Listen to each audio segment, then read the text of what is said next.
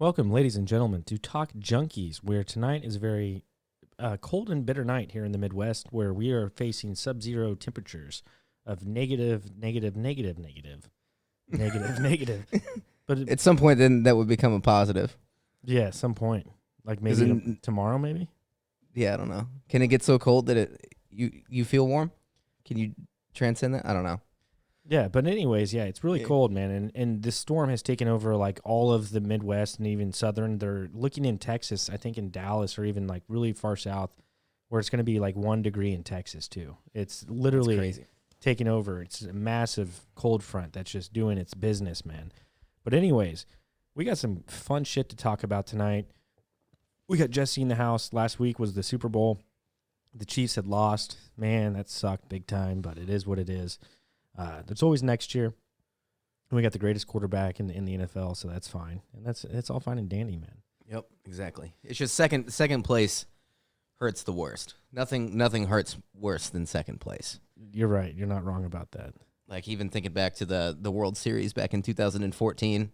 Yeah, that was tough. Yeah, the third baseman caught that ball to end the game in the seventh in the World Series, and just having that feeling like fuck. Yeah, hurts, man. Hurts. Yeah, and whenever you're in those positions as a fan, and just to see that happen on a major league level or the NFL, it's tough to swallow. It's hard, and a lot of things go into it. And yeah, it's just tough. But yeah, man, there's always next year, and we'll ride it out, man. Next year will be here soon. One thing I can ask anyone who's listening to this podcast, if you're on YouTube, please tickle the like button. Tickle the like button so hard that after it's done being tickled, it subscribes to our channel. That's all I can ask. Okay? I like that. It's tasty. We got a new book here on our table, and this was actually a gentleman who joined the Talk Junkies last year. His name's Zachary Hubbard with Gematria Effects News or Gematria Effects Sports. I think he has 2 YouTube channels. It may just be one now, the Gematria Effects News, but he was on the show last year. I finally got a hold of one of his books. He's right there. I'm pointing to him. He's closest to me. That's one of his, it's a numbers game, 9/11 to coronavirus, and he goes deep into gematria. So check his book out. It's on Amazon, on anywhere you can buy books. And thank you, Zach, for joining Talk Junkies. Amazon still sells books, man? Yeah. Crazy. Isn't that originally what it was for? Yeah. Just books That's why only? I made that joke. Yeah, it was literally just books, man. And somehow we're now run by Amazon. I wonder if Jeff Bezos was in the garage when he decided he was going to sell more than just books in Silicon Valley. I don't know, man. That dude lives a different life. He's almost not human. The same way that I look at like almost Elon Musk. Like you're not normal. Like it takes a crazy mindset to have, to get to where they are. Yeah, for sure. The way their minds work has got to be a little bit of luck insane, too. Man. A little bit of luck, I feel like too. Oh yeah, no, there's always luck involved. Yeah, and nobody's ever fully self-made either. Like it always takes other people to do that. I never like that. Oh, I'm self-made. I'm like, so nobody ever helped you out. Yeah. Like you could literally just by yourself with no other human being have all the money that you have. It takes a lot of other human beings. Yeah, oh, yeah. Nobody's completely self-made. I'm sure there's like maybe like a rare case where that's happened, but majority or even 99% of the time that's not the case. Yeah. I never like that term, self-made. Yeah, me neither. But yeah, so we're going to start it off. We're going to go into I know we talked about the Super Bowl a little bit, but there's some controversy going on. Controversy. And it's going to lead into actually one of our main subjects tonight, which is Tom Brady. And I haven't really looked into it that much, but I know you said there was some backlash on the person who made the comment. But so he threw the Super Bowl trophy. He just threw it across water. And the person who made the trophy's daughter is pissed about it? Yeah, so her family has been the silversmiths that create the Lombardi Trophy since the very first time that it was created, being the Lombardi for like Super Bowl I. So they take a lot of pride in the craftsmanship back behind it, and that's what she was talking about. Like, man, this is really disrespectful to my family for how long, the time and effort put into it, the precision to create this trophy, and you're just, tossing it willy-nilly over water and shit. I was like, literally, man, after I saw that video, I was like, there's got to be an alternate universe where they don't catch that and that goes into the fucking water. Yeah. And just, that's what I really wanted to have happen. Right. Yeah. Like, so bad. I'm like, man, I really that would have been dope. Wish he would have missed that. Threw out his shoulder, like literally, because I'm assuming it's heavy. I've never held it before. Yeah. I'll never hold one. It looks heavy. Right. He throws out his shoulder, tears his rotator cuff, drops into whatever bay that they're in Tampa Bay or the ocean, wherever the fuck they are. Dude, there would have been so I mean, many it scuba, sinks- there would have been so many scuba divers. Yeah, in they there would have trying to- found it. Yeah, they would have found it, but that would have looked really fucking bad. Yeah. And he had like a couple Smirnoff Ice and was like almost like blackout drunk, Right. whatever. Somebody had to like hold his hand to like walk him out. No, Gronk was walking him. But anyways, but if you're gonna have anyone, We don't like Tom Brady, by the way. So we're gonna be a little biased here on whenever we're talking about Tom Brady. and I won't be biased in this aspect, but if you're gonna have one person throw your Super Bowl trophy, and throw it with accuracy, who's that person gonna be?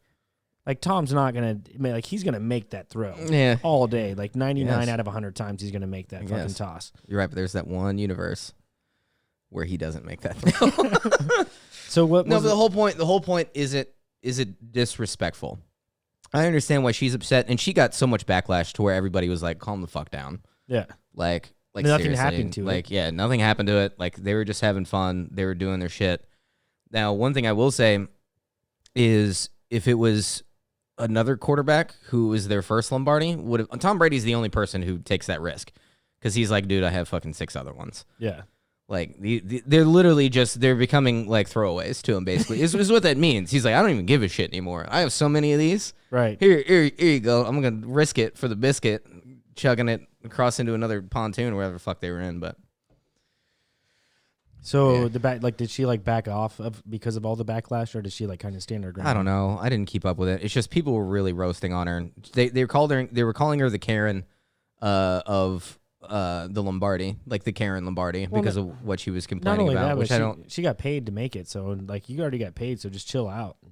I know that massive was, amounts of money that you're getting, and you had come on. That was the whole thing. I want to give him more backlash. Right when I heard the story, I was like, yeah, that piece of shit being disrespectful. Of course, it was me being biased. Looking at it, not the biggest of deals. People also need to understand where she's coming from too, like a little bit. They got paid to make it. She just, that's her family's pride though, for generations. It doesn't change the fact that she's going to make it next year and the year after and the year after. Yeah, they will. I mean, I'm sure there would be other Smithsonian or Smith another makers. Another good example of look at what hockey teams do with the Stanley Cup. Whenever they have the Stanley Cup, so they'll pass it around teammates throughout the year. Somebody gets a week with the Stanley Cup. This week, this guy gets one guy will be eating cereal and fucking shit out of it. They'll take it to parks and put it up in trees and shit like that, but nobody ever hears anything about the backlash of what this poor Stanley Cup has to go through with the whole hockey team, in the. That's dope, man. That's badass. Yeah, no. So they do all kinds of crazy shit and take pictures with it, but that's just the Stanley Cup. I don't know. She probably went a little too hard on it, but I also understand where she's coming from. And she just might not like Tom Brady either. Any reason why I can hate on Tom Brady a little bit, I'll take it. But I think I'm cool with it, man. I'm cool with what happened. Yeah, I don't see anything really fishy about it. It is what it is. I just wish he would have missed. Yeah, I just wish he would have fucking missed. Maybe whenever you die, man, you get to live that alternate universe where that one specific moment happens where you see Tom Brady miss and it goes into the bay. No, so if I had an option, they were hey, the Chiefs are gonna lose the Super Bowl. But they were like, Tom Brady's going to misthrow the Lombardi and drop it into the fucking ocean. I'll be like, oh, man, that makes up quite a bit for that loss. A little bit, not too much. Yeah. It doesn't make up for the full thing. But I was like, I could live in that one universe where that takes place. And this subject is going to go into what our main subject's going to be tonight. And that's just the type of cancel culture that we're in and cultural appropriation. And I know we've kind of delved into it a little bit, little tidbits here and there, and each and every podcast that we do. But I think just focusing just a little bit more time on it and how it's affecting the fabric of America and what it's made of, and how it's tearing us apart right now in this two-party system that we're in, the group tribalism and stuff like that. But it's getting to a point, man, where it's scary. It's truly scary. There was an instance in the UK or in Europe somewhere where this 38-year-old woman was arrested in December because she was online having a confrontation with someone who was transgender. And she called the transgender man, or she called it, it was a man who was a woman, transed into a woman. Okay. And she called him a man. They went to her house and arrested her in front of her 3 kids, and she went to jail. And she was in jail for 7 hours. They still have her phone and laptop for investigation. There had to have been more to it than that. No. So even in a condescending way, you just being an asshole to somebody who is clearly trying to make it a decision on their life of, who they want to be and that person. And you're like in their, in their transition to be a woman who wants to be a woman, and you just call him a guy out of spite, even out of anger, probably. Mm-hmm. You still don't go and arrest them. Right. For that. Right. You don't do that. But one thing, Dave Chappelle talks about this a lot. He was like, if there's one group of people you do not fuck with, it's the LGBTQ community. He was like, do not fuck with them right now. Because like shit like this, man. Like. Well, yeah, and then Biden came out with his, one of his executive orders was that, it's any boy who wants to go to a trans into a woman can play in all high school athletics, and it's no longer a thing. Like Joe Biden made it to where it's a law that can happen, and I know that's a big controversy with the amount of you have a man competing genetically in a woman's sport, and they're dominating. This is why this has always been so ridiculous to me, and I am perfectly fine with doing whatever you want to do in your life. If I fully support anybody who wants to transition into anything else they want to be. Yeah. I am not one to tell you how to live your life at all. But I will say this, whenever it comes to competitive sports, there's a reason why they have it separated by gender, and that is because of genetics and the male testosterone, and our sports ability is higher than women's. Because if women were able to play in like a man's sport, it would literally just be one sport. Like women would be coming in and playing that, but they have it separated because there is such a big athletic gap. And I know that pisses so many left-wing people off to hear that people are different and genetics between the genders are very different. I know that gets you riled up. So that's the whole reason. You can't just. But hold on, it shouldn't get them riled up because they're all about science and mainstream science, and they're all about the facts, and they're all about the truth. Like, so how can you not swallow the truth in that aspect? Like, again, I'm right there with you. Do what you want in your life that makes you happy. But whenever you're competing, it comes to competition. This is clearly why this was separated. But you have to understand the implications that it's having, because now people could lose scholarships. Women could lose scholarships based off athletics because of this. And didn't even think about that. Yeah. So I mean, the scope. So transitioning men could immediately take away from a women's populace for scholarships going into sports, because you could have like, whatever. Like basketball is probably the most prevalent one. I'm thinking of one where both genders play it fairly heavily. I want to say basketball because there really is no female football. Right. I'm sure there is actually, just not on a collegiate level. Right. Do girls even play? Is there girls baseball or is it just softball? Just softball. Fuck, I'm sure man, there's some I'm trying to baseball think. leagues out there, man. So you see how separated it is. So I guess I just have to use like basketball in this scenario, to where a guy who did really like poorly in high school, like couldn't make the cut for a scholarship, but then transitions, and then now in a women's league, number one. Yeah. He's scoring like 40 points, triple doubles all day. Like so. No, there's a reason. There's a reason why in sports that there is that genetic separation, because it's strictly off athletics. They go way too hard on that shit. They need to let that one go.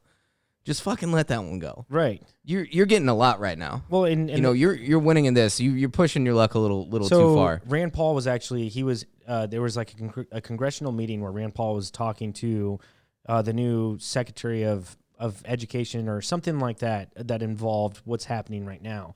And Rand Paul was asking these types of questions about transgender men entering women's sports, and the guy couldn't really have a clear-cut answer. You know what I'm saying? He was just going back and forth. And I read a lot of the comments from people on that video, and what made the most sense to me was just like, if there are this amount of transgender people in the United States, and there are quite a few, why not just create a separate like bracket for transgender people?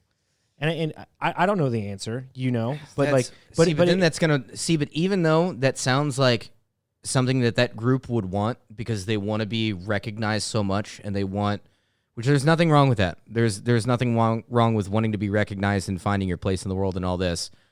But they're not going to want that either, because then the whole point is this is what they want. They literally want the genders to be completely equal in their mind, which you're equal on on like a civil level and like on rights level, everything. Everybody should be equal. But whenever it comes to physically doing shit, and I could even get into it with jobs. Like you can look up like any woman can do a man's job, but like there is just a fewer percentage that can pull it off because you need like there's a reason why the like probably 99% of trash men are males.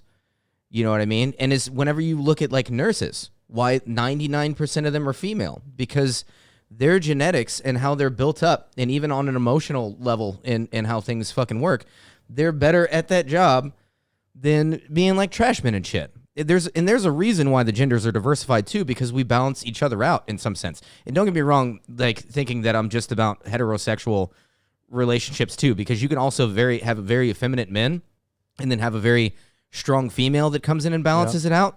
So there's all kinds of stuff. But just talking strictly sports, because I went off a little bit there. Just talking strictly sports, there is a reason why this is separate and why it's so unfair. Because could you imagine? So if it worked the same way, then a female could transition into a man and probably go play in the NBA. Will that ever happen? I'm sure at some point it will. Maybe not. And if so, it's going to be like a bench player. It wouldn't be an all-star. But then but before that would happen, there'd be a woman that would come in and play in the NBA. Very true, yeah. So there's a reason. They're going way too hard on this. You have went leaps and bounds in the past like 30 years as far as the LGBTQ community goes. You've gotten a lot. I'm a huge advocate for gay rights and gay marriage. If you want to ruin your life with a marriage, you should be able to do that like anybody else. Yeah, no, but you gotta leave the fucking sports thing alone. Like that's just me though. But that's cultural appropriation, sticking its nose in business that it shouldn't be. See, but that really doesn't have anything to do with cultural appropriation. You don't think so? What we just talked about. You don't think so? No, you're not appropriating anything with that. You're appropriating something that shouldn't happen. That's not. That's a weird twist on that. Cultural appropriation is when you take somebody else's culture and you do it, but you're not from that culture. Yeah, I mean, I think that would fit in there a little bit, not to the scope of what you're about to describe, but so you had a couple instances that we were talking about earlier. If you just, oh yeah.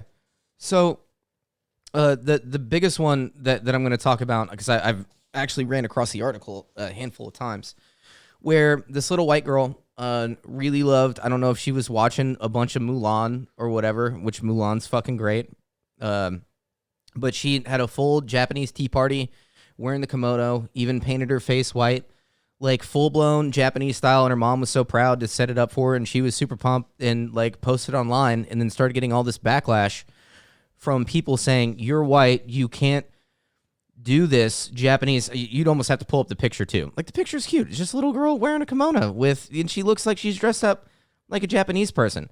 Not disrespecting the culture anyway, really enjoying the culture. And they're like, no, you can't do this because you're not from this culture. You're white. You're not Japanese. Why are you doing this? And then a lot of Japanese people have actually come out and said, man, we try to spread our culture across the world. We want people to, enjoy, sushi. Like I love sushi. If sushi is fucking cultural appropriation, you can go fuck yourself. I will be eating sushi for the rest of my life. That might be my favorite like style of food. I fucking love sushi.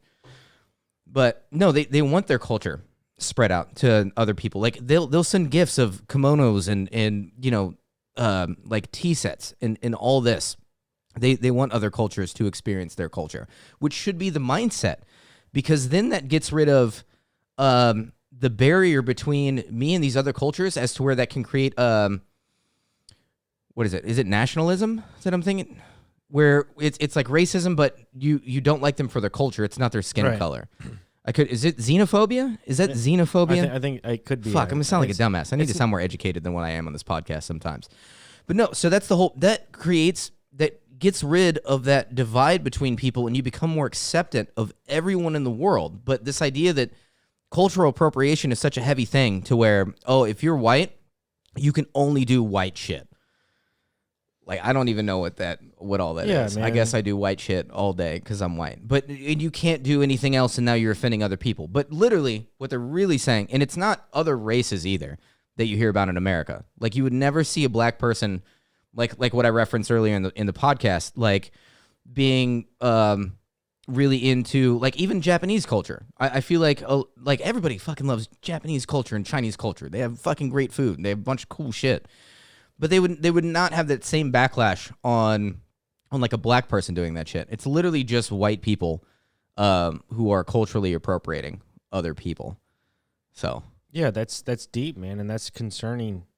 It is a little bit. It has to be concerning. And I think it's a small minority of people on the left that are that really dislike, especially white males.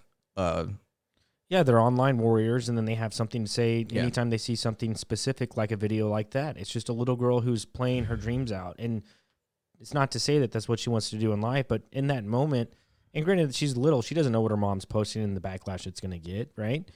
Yeah. But even then, like, the mom has to understand, and she shouldn't have to, like, deal with something like this to where she posts something like that, and then you get that amount of backlash. But we do live in a time and age where whenever you post something, you have the possibility of that happening, right? Mm-hmm.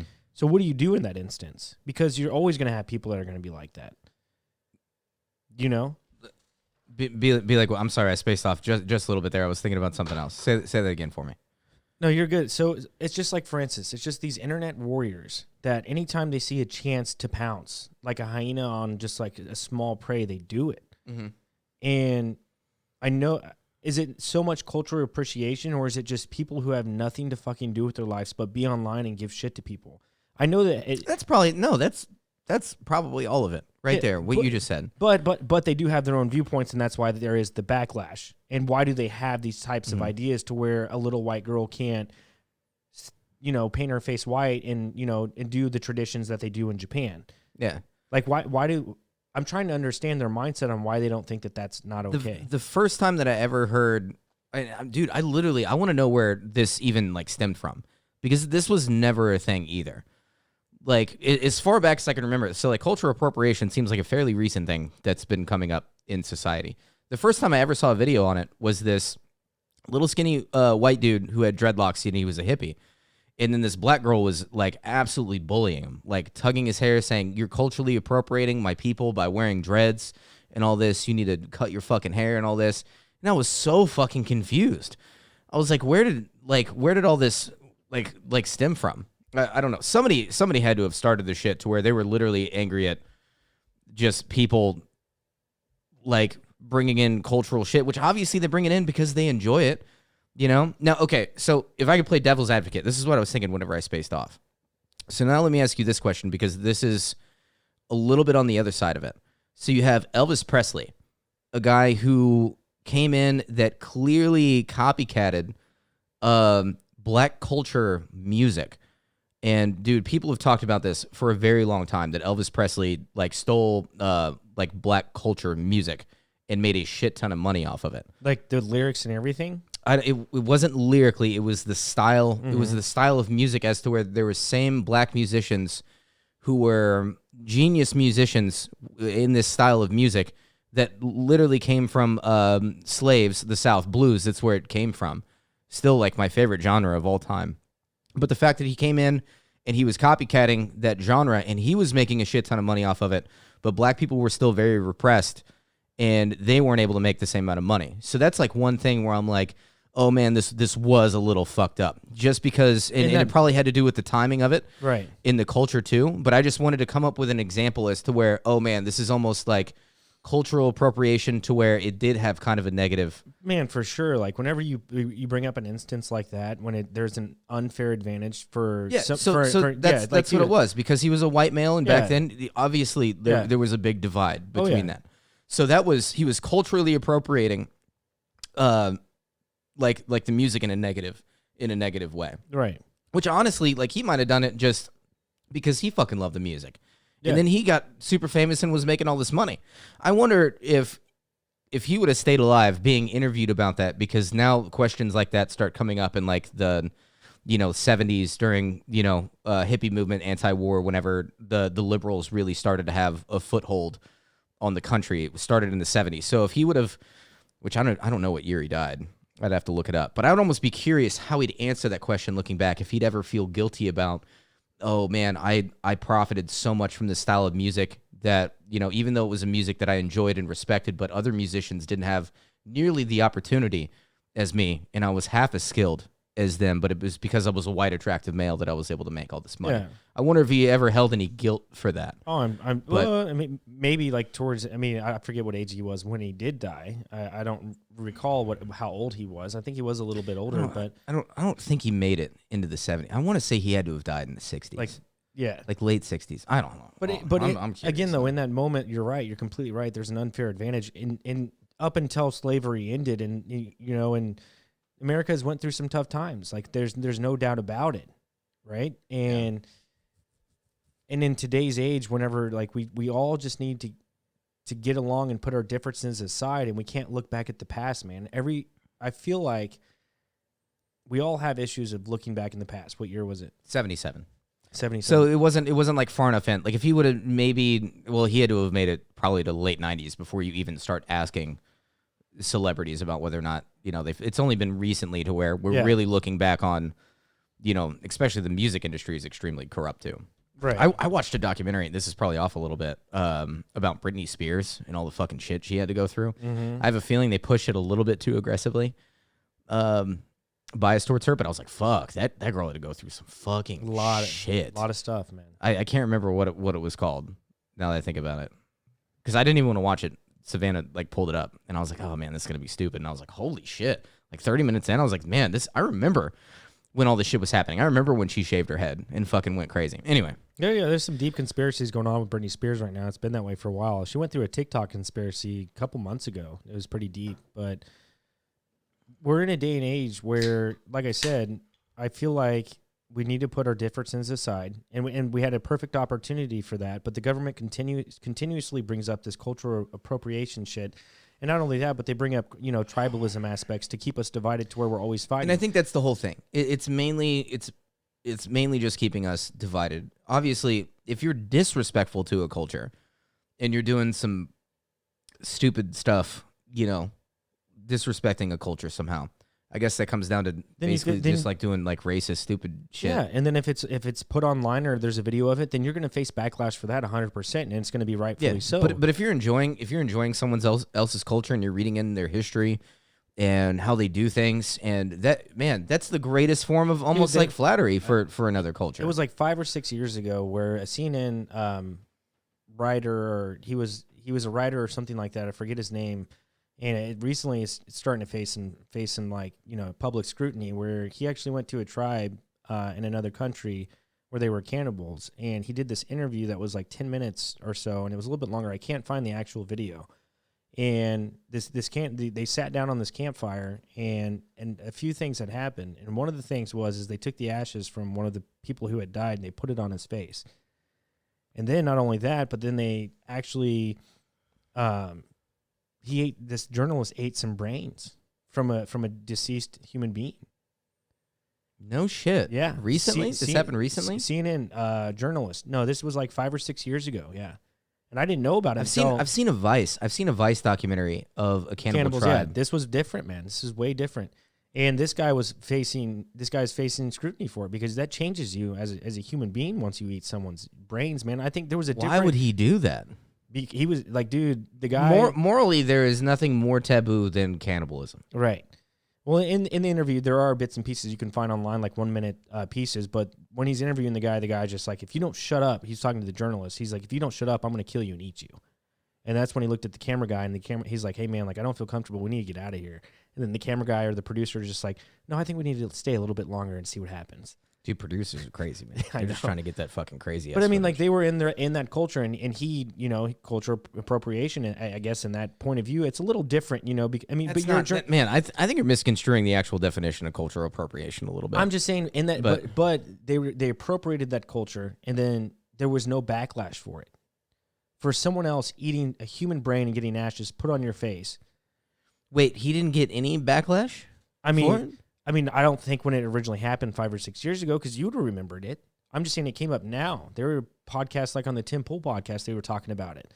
about this journalist. This was recently. The only thing that bothers me with that one is how he probably grew up, and that's the most taboo thing. I don't think I could ever eat another human being. Yeah, absolutely not. Like even like looking at the Donner Party, which is the last recent case of I think at least in the United States was the Donner Party, which you had to learn about in high school, which was brutal. Not even all of them did cannibalism. It was actually a small percentage of them that went to that, because mentally that's so hard for a human being to fucking do. I don't even think if I came down to like starving and my dog fucking died before me, I don't think I could fucking have it in me to eat my fucking dog, like let alone another fucking human being. I don't know. The cannibalism one's that one's weird. So you don't think that culture? So I think whenever you brought up culture appreciation, I should have known a little bit. Appropriation. Sorry, that you said appreciation a couple times. I said appropriation. It's recorded, so. Yeah, you're right. You're right. You put in the comments below how many times I said it wrong. I think you're right. I did kind of not understand it quite a bit, but now, after you talking about it, I do understand it. But it's about you not being from a culture, and you do things from that culture and celebrate it, but you're not allowed to celebrate it or even use it because you're not from that culture. Right. Is all it is. Yeah. And I think that we have to get away from that, honestly. If we want to improve as a human civilization, and we want to make it to the next step, how do we not go away from that? Everything, if you really get down to it in America, because America is such a melting pot, which is fucking great, that I guess everything we do is cultural appropriation. I eat fucking Mexican food all the time. Am I appropriating Mexican culture? Should I not be allowed to eat Mexican food? Am I literally limited to hot dogs and so here's a good question for you. Cheeseburgers for the rest of my life? So would that be like me whenever I'm serving tables? Would it be weird if I tried to speak Spanish to those tables? Does that kind of go along with what we're talking about?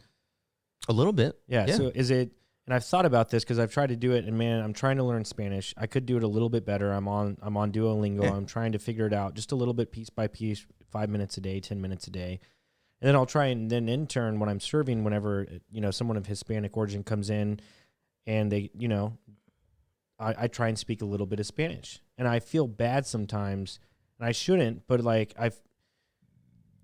it's just weird because you get different vibes from different people, and you can tell that some people are okay with it, and then you can kind of tell. I know exactly what you mean. Yeah. So with me working at a Mexican restaurant for 10 plus years and having really good relationships with a bunch of cooks that came from like El Salvador and all these other places, and you get to know them and you learn Spanish from them, and I speak Spanish to them, and it's mainly just our inside jokes between each other is my Spanish. I rarely actually ever use my Spanish for like a legitimate conversation to I need this fixed or something. That's all in English, but whenever it's just joking, it's very relaxed. I wonder about the other people who are back there that I'm not friends with, who hear me, that if they're like, who the fuck is this white boy thinking that, he's having fun with my language, and it's not their language though, because but that could be a thought process through their head. But again, I think that's some of the steps that we need to take as a human being, just to get over that type of thing. Like whenever you had, what was it? But they're not going to give me shit because all 3 other people who've been there 10 years, I do this with them every day. Yeah. So they I say, hola, But go back I stay apretada for your papi. It's Spanglish, by the way. It's not even full-blown Spanish. Right. I say all this stupid shit to them. It's fucking hilarious. I love it. But it goes back to the Tower of Babel, right? That's whenever it was all changed, because there used to be a universal language, allegedly, on Earth where everyone spoke the same language. That's some biblical bullshit. For sure. There's no way. But let's fancy the idea that there was a point in time where everyone spoke the same language, but now you have all these different people, and look what it's created. It's created something like that, like cultural appropriation. Do just an overview of that story, because that story is so crazy to me. Do you know the full story? I don't know the full story. Okay, no. so I'm going to break it down as simply as possible. So the Tower of Babel, people were rebelling against the one true Jewish God, and they were of pagan belief, or heathens, whatever you want to call them. And they wanted to get to God, so they were building a tower because they wanted to get to God, basically to take God over, or whatever the fuck they planned on doing whenever they got there. During the building of this tower, God was so upset with them that he gave languages to different language to everyone who was working on the tower. That way they couldn't coordinate anymore to build the tower. That's how God dealt with that. And that's how the Christians explain why there's a different language everywhere. And then they went, and so this group of people went with people who spoke this language, and this group of people went with people who spoke the same language, but it spread them out so much that they couldn't coordinate and build the tower anymore, because God was apparently worried about them physically building a tower to get to him. What do you think would be a more... Isn't that story fucking... The Bible, dude, you can't even... No, I know that, but... Some crazy creative writing. That is. Like, it is. That's how I look at it. But what would be a more legit, way to look at how language is created? Especially, I don't know how many different languages that there are, but what other story, if you had to just pick one out real quick and just and say it out there in the mic on how all these different languages came to be? Would you say that in evolution? No, that's all it is evolution throughout absolutely time. not, man. You think... No, we literally talk different than back how people did in the 30s and 40s talked. Hey, look here, say. No, they're... Want to go down to the speakeasy, say, and... I don't fucking know. That's the best one I can do of the 1930s. In the times, so even accents, everything, language changes over time. But we're also reforming the language, and we create. There's new things that are happening all the time, and it does change the way that we talk. But there's still a foundation there within the language of English. Like if you go back to the 1930s and you go to right here and right now, there are still a lot of the same core words. I mean, you're saying minus an accent. You're saying minus an accent. Oddly enough, because there has been so much branching out. And cultures have been intertwined so much, you end up getting a lot of similar words. So, like, we say elephant. In Spanish, it's elefante. That's obviously really close. That might be a bad one. I know what you're saying. Like Italian is actually really close to Spanish. But what you're saying how they form their sentences. How we form our sentences is really close to German. But what you're saying is evolution can explain all the different languages. Yeah, it's just people got together and they created the language amongst themselves, and then eventually whenever trade routes started happening and technology advanced to where people could start traveling back and forth and cultures got experienced, and then they started sharing words, and then cultures came together, but that's why that would require, I feel like, I could be wrong. It's just the mixing of the cultures. But if you go back to that time when there wasn't really travel and stuff like that, that would require like human beings in each one of these areas being born right around the same time. Pretty much within a few hundred or thousand years, as they progressively, build civilization, or as they progressively build, and here we are today. Okay. So you're saying that evolution happened within all these countries at the same time? Yeah, I mean that's inevitable. Evolution is just change. So I even guarantee you, like I talked about, even our slang and everything. Honestly, I feel like it's speeding up. Like how we talk changed. Like spill the tea. Have you heard fucking some of the youths? Damn youths. Spill the tea and shit. I'm like, that's so fucking stupid. I'm never saying that. I would never say it. I don't know what that means. See, but like, just so it's just gossiping. Yeah. It's the slang for gossiping. Spill the tea. Spill the guts. All this, well, we had Yaga. I'm trying to remember like another one. Waka Flocka probably created like at least a shit ton of other stuff for me that I used to say back when I was a kid. But no, so even like looking back, like at old cultures, even their language like developed. It's not like it was just a set language. This is what it is, and then it never changed up until new influences from other cultures came in. It's constantly changing because everything changes. So you need to come up with new words, and as technology advances, as people's morality changes, you need new words, even new definitions for words that you used before. Like really negative condemnation words from back in the day that had horrible meanings we actually use very frequently that have no negative condemnation now because we give them a different meaning. So that is constantly changing. So you think it's scientific proof that there are these many different types of languages as opposed to God changing them all because people were trying to get to him? Yeah. So there's got to be other theories out there, but that's probably one of the more or one of the most mainstream ways to look at the Bible one. The Bible one's a little wonky. Yeah, I mean but when you look at technology back in the days, and this is just my opinion, but they built pyramids. They were doing shit with technology. We have no idea on how they did it, but we guess and we say, hey, this is how they did it, but it's most likely not truly how it went down. like how they had this sophisticated, and in my opinion, sophisticated old civilization that was around the world just like it is today, but in a different way. I think it's plausible. You know, maybe the story that they enacted isn't completely true, but maybe there are some truths in there. But I think you're right in the aspect of it would be more plausible that these different places, you know, I don't know how I feel like mine has a lot of in my I don't believe quite a bit. I don't believe in evolution though. I don't believe in evolution in the slightest. Of course you do. No, I don't. This is what I don't understand. No, hold on. Let me finish. I don't believe in evolution to the point where all these like human beings were fishes and then they spawned into fucking human beings over thousands and hundreds of thousands or millions of years. Oh, okay. You know what I'm saying? And then you're talking about the origin of human beings, but whenever you say you don't believe in evolution, that's a little weird for me. But what you're really saying is you don't fully know where humans came from. Well, we're specifically and how we are connecting all the way back from even prehistoric shit, right? Linking everything up to where we are now. We can't explain that specifically when we're talking about language, because to me, I try to understand the idea of what you're saying. Like, yeah, like these groups of people, they met and then they made this language and they were in South Africa.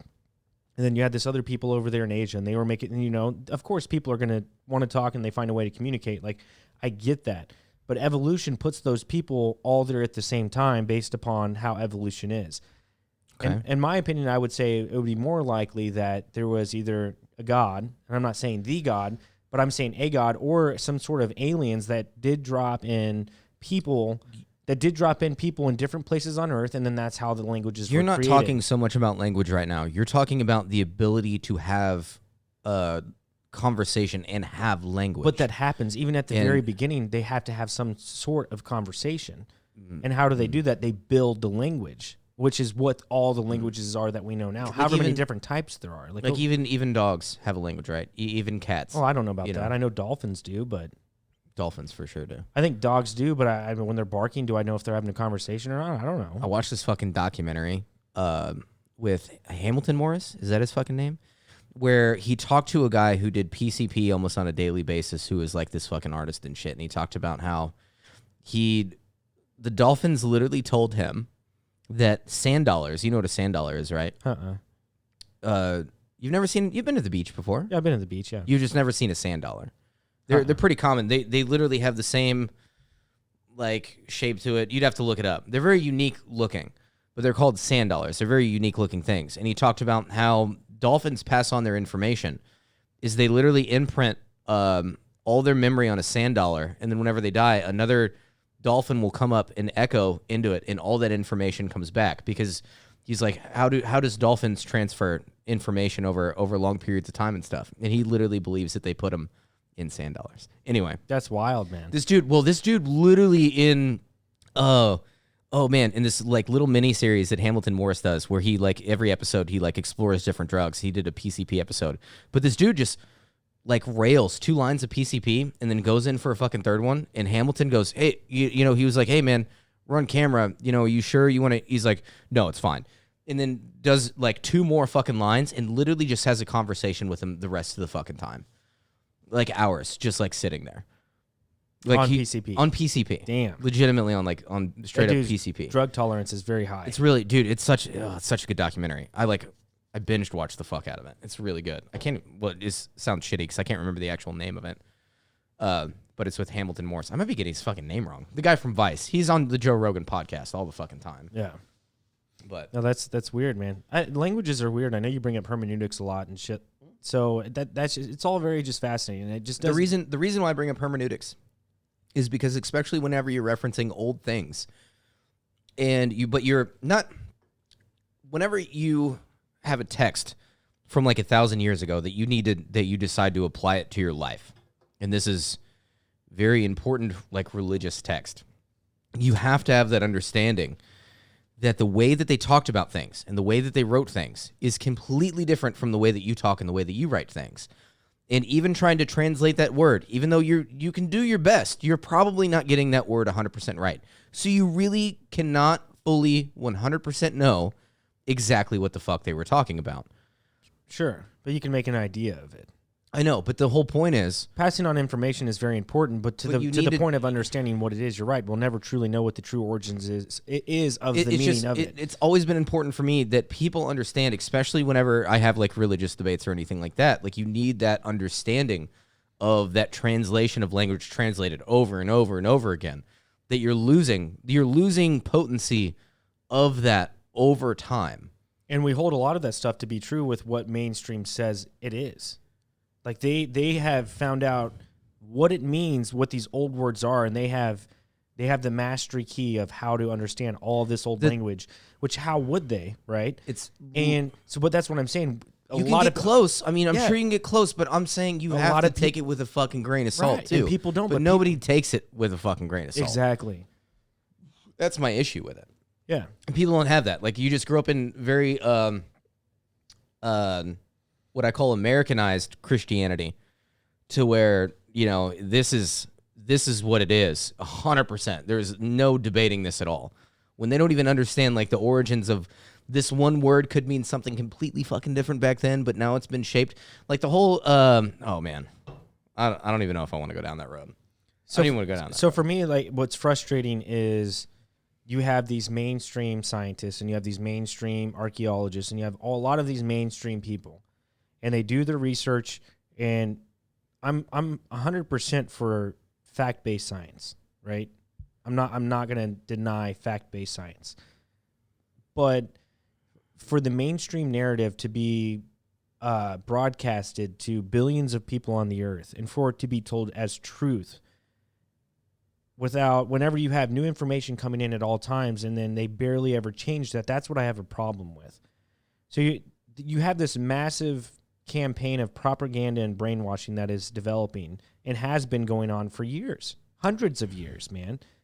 When you're in school and you're learning about the pyramids, and the best explanation that they have is that it was 40 to 80,000 people or however many people it was, and they built these massive pyramids without tools.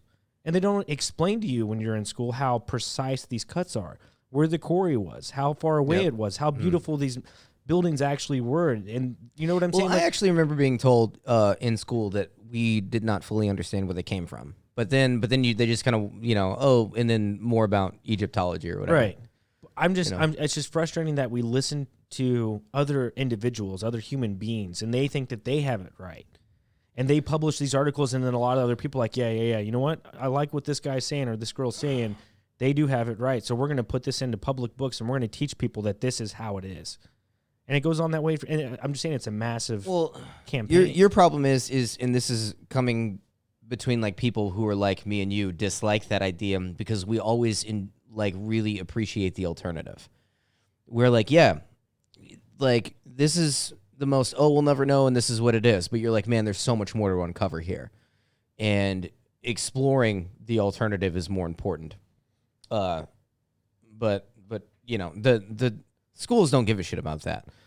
They just put the bare minimum out there, just enough to where you can become just the little bee that goes in and does factory work or fucking or whatever for 'em. Exactly. People need you get down to education, just like the government given education at that point is like super bare minimum. And then having Howdy on the podcast and listening and just talking with Howdy and just understanding that there could have been more with the human race. And I'll break it down to you. There was this story that I recently just found out about. It was like this woman back in like I think it was like the 30s or 40s or something like that. She was born, she was a little girl, and she fell down the stairs. Her parents thought she was dead. They had a doctor come to the house. And I could butcher the story a little bit, but the main consensus you'll understand. She fell down the stairs. They thought she was dead. The doctor came in, pronounced her dead. Well, they brought her upstairs, and then they go into the room, and she's alive still. This little girl, like 3 years old.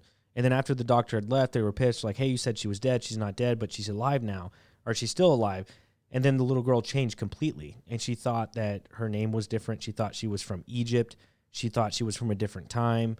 This is one of the biggest stories, and it's world renowned. Like, this is legit.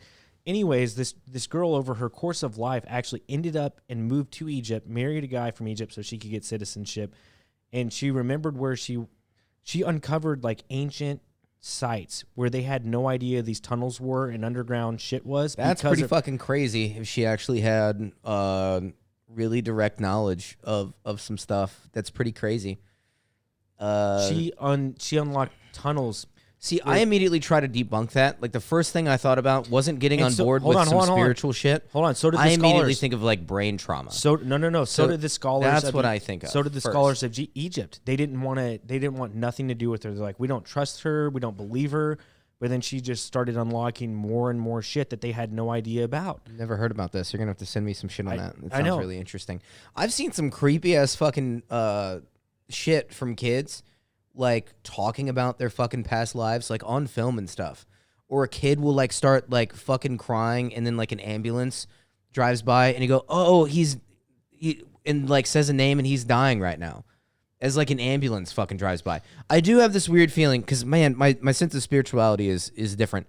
But I do think kids are more tuned in if there is some shit out there, kids are going to be the fucking ones that are tuned into it. So when we did have David Icke on, I think, and he could probably speak more to it, but I think that does play into that maybe kids are on a different frequency. And when shit like that happens, they can be on that type of frequency because they're still young, their brains are still a sponge that hasn't been completely taken over by what it is that we know as adults, and they can tap into that type of shit. And it's not because they want to, it's just a freak of nature, and it's very rare that it happens. Yeah, no, it's like Star Children and shit like that. Yeah. I've watched some stuff on that. Well, man, I've had something weird happen to me. It was years ago, and I was outside about to get in my car when I lived with my mom in my early 20s, and I'm like singing this rock song in my head, and I opened my car door, and then I turned the car on, and as I turned the car on, it was on 98.9 The Rock, and it was literally, as I was singing this song was playing with the words that I was singing. I'm not fucking kidding. Fucking crazy, man. And I think that's the type of shit, like, that there is a frequency that you could be on. I've heard some shit on that too, to where, like, even, who was it? Was it Beethoven? It might have been Beethoven. So it's like really weird looking at his work because he never made any corrections.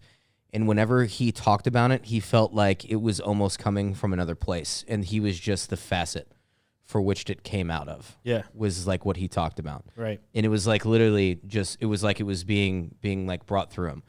And people are going to be like, oh, like, even like religious people should be able to get on board with this really easy. Right. Because that is so much what also happens in religion too. Like, you have prophets that are literally just facets, where God comes through them and then they speak, the shit. But no, it's really interesting. Like, tapping into higher frequencies and shit like that. Like, did Terrence McKenna ever go down that road? I almost have a feeling Terrence McKenna did a little bit too with that. But I've told you multiple times, man, like, it's just something that we don't really try, and it's something we're really not interested in, because I forget who it was that we had on the podcast, man. Oh yeah, it was Howdy, man. And towards the end of the podcast, I thanked him because for some reason that night I listened to the podcast he had did before with it was like Into the Matrix or whatever. And then I did a hardcore meditation that night, and it was the most intense meditation I ever had ever done. And it just makes me wonder if I consistently do that for 10 to 15 years, if I master meditation, or not even master it, but just get really good at it, what the possibilities would be. Like, investing that type of time and effort into meditating. Yeah. And we talk about all these things and how paranormal it is, but we don't really ever give it a chance. Do you ever try to lucid dream? Do you ever, like, prepare yourself to, like, just get in bed and just, hey, man, I'm going to remember, like, just truly focus on lucid dreaming? Like, we don't do that because we're in our day-to-day grind. We'd rather just fucking wake up and serve tables and make money and not give a shit about anything else, drink some beer, eat some unhealthy food, and talk about fucking sports and NASCAR. I have had lucid dreams before. I remember the most intense, like, dreaming experiences when I was really, really little. I remember I got scared in my room for whatever reason, and I came in and slept in my parents' room, and they had actually, like, a couch in their room. They had, like, a bed and then a couch with, like, a TV to, like, get the fuck away from everybody else. It was, like, their own, like, little, like, private room where they'd, like, hang out in their bedroom. But I remember sleeping on that fucking couch and then feeling like I had woken up, but I couldn't move my body at all, and then literally felt like what I would experience as like my soul fucking leave my body, and I'm looking down at myself sleeping, and then everything turns into like cubes. Everything just starts turning into cubes and then rushing off, and then I snapped back into my fucking body. How old were you? Oh man, probably like 7. Damn. 7 You years remember old. that dream? Yo, very vividly. I remember going into my parents' room, laying on the couch, falling asleep, having the out of body, looking at myself, watching everything around me turn into perfect fucking cubes, everything. And then just all the cubes started rushing off, and then I snapped back into my body. Maybe you died and then you just came back to life. You don't Maybe. know damn that. Maybe. I don't remember any dreams. I remember it being very intense. I have very vivid dreams though, especially if I take melatonin. No, I'm saying I don't remember dreams back when I was 7 years old. Like I can remember. You don't? No. I do. I remember my nightmares for sure. Like maybe like in my like early like or late teens, I can remember dreams, but anything before that, absolutely not. I've had some. I never have reoccurring dreams, but I do have a recurring dream, and I can't explain it. It's hard to explain, but I can't. My oldest memory dream is like shit, probably like 10 or 11, or maybe no, like 7 or 8. You're right. Wow, that's crazy. Mm-hmm. So if I was third grade, where would that put me? What age? That's like 7 or 8. Yeah, that's like 8 years old. Yeah. I feel like that'd be a little older. I don't know. No, third grade would be 8 years old. Yeah. But go ahead. Sorry. Oh no, I have very vivid dreams. I noticed that one thing that took away my dreams is smoking cigarettes.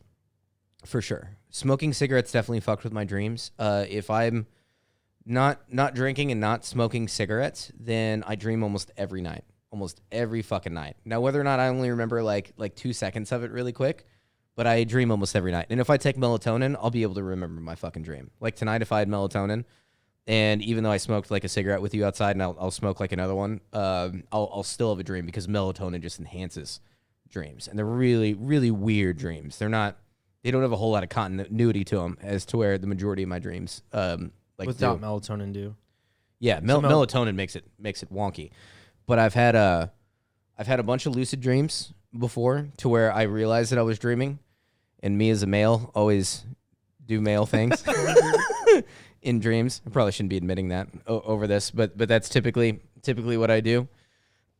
With my or jumping. I have a lot of those whenever I realize I'm dreaming. Yeah, jumping's fun, or flying, trying to fly. And then just pushing. I remember like so many times it's always this, like I'll jump, and then like I feel like I'm tensing up. I'm like, I can do this. I can fucking I'm dreaming right now. I can do this.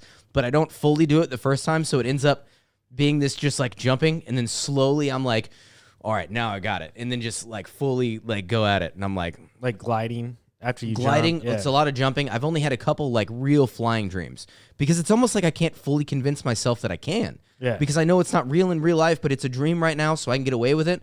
But then I'm not used to flying. So then it's basically just me like tensing up as I jump up in the air and seeing how fucking far I can go and shit. Those dreams are legit as shit. I've had some really powerful dreams like that too, because there was a stint in time where I was like, dude, I want to fly in my dreams. When I got really heavy into trying to figure out what lucid dreaming was, but again, it's something, if you did a common practice and you did it every day, and it wouldn't really require that much time, but 10 to 15 minutes, and you try and just make yourself better at it, then you could actually maybe understand it in an amount of time. I don't know what that time is, but it'd be more so if you didn't ever try, and you just continue to live your life the way it is, and just go to bed and watch YouTube videos and watch fucking this and that and pass out to forensic files. Like, there's a human aspect that we have lost throughout time because of the Western civilization that we have completely forgotten about. Like locked away our shit. Like, could you imagine our ancient ancestors who maybe gathered so much information for their dreams, because you're limitless in your dreams. So then you can start, applying different shit. That almost comes a little down to the stoned ape theory, just slightly, but because dreaming is a hallucinogen. Dimethyl. I mean, I've said that a shit ton. The DMT that gets released. I don't know, man. It's just it's wild, but I don't think we've ever really entertained it quite a bit, and we're just sitting here trying to make sense of it scientifically. But we still don't know why we fucking we know the stages of sleep, and so much studies have gone into sleep. We still don't know why the fuck we sleep, and even animals dream. Like, I'll see my dog Kick. He's chasing fucking squirrels in his shit. So he's having an hallucinogenic fucking experience, Like, it's, why the fuck do we need that shit? Why do we even need to sleep? It's the pineal gland, man. The pineal gland. It's the 7 chakras. 7 chakras. They're in our bodies. I'm telling you, meditate to the 7 chakras, man. It's good. I really like meditation. I remember back when I was using Headspace, which, if they ever want to sponsor us, they can. I'll shout them out. But yeah, no, I remember meditating and actually finding a lot of peace through that, because after it, it's really fucking hard to do. Meditating is really fucking hard to do. Well, we say that, but we're older men and we've never really tried it. To be on this earth for 30 years and we only live for 100, our average is like 70, and we've almost lived half of that, and we've never really tried to tap into it. So yeah, of course it's going to be hard. But imagine if you're taught at a young age, whenever you're, like 5 or 6, and you're taught how to fucking meditate, or at least. Oh, I don't know if kids should be meditating. Why not?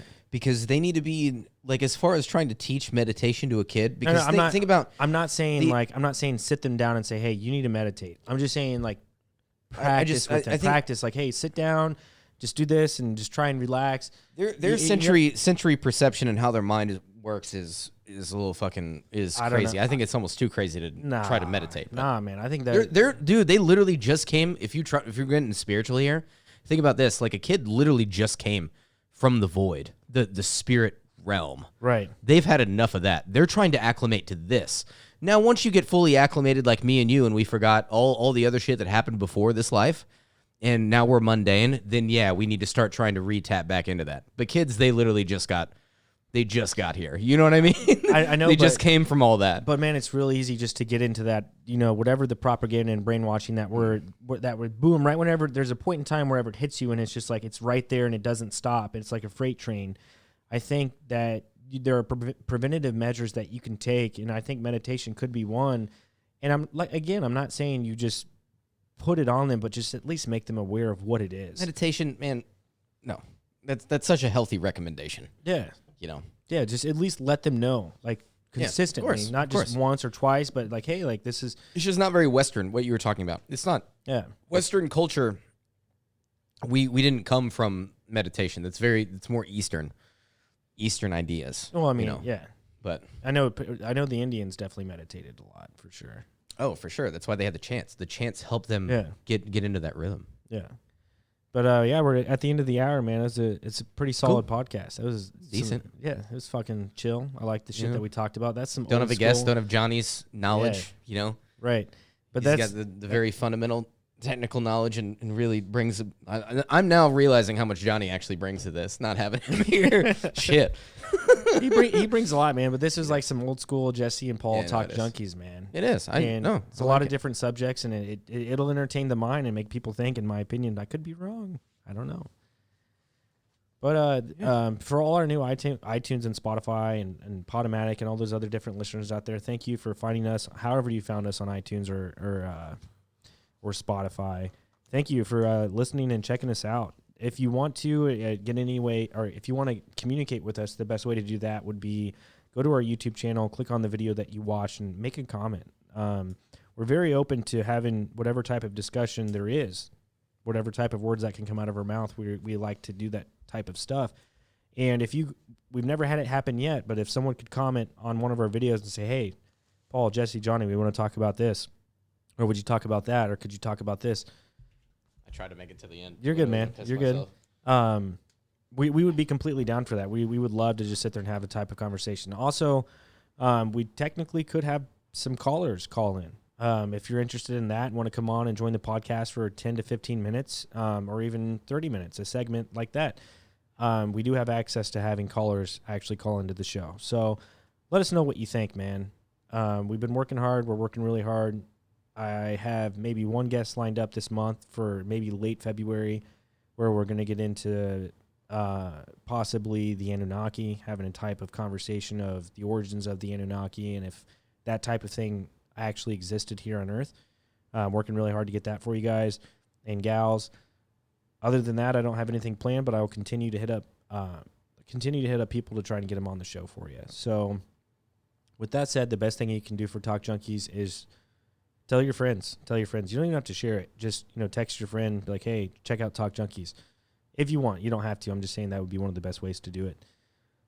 Or share it on Facebook, but they kind of shadow ban us a little bit. Saying a lot. But the best thing for you guys to do, is just honestly just listen. That's it. But share it, like it, subscribe to all our junkies out there. Before I give the send-off, do not rip ass in bibs. It literally just comes right back up. Just fair warning to everybody out there. Stay fly and ring the bell. And don't fart in bibs.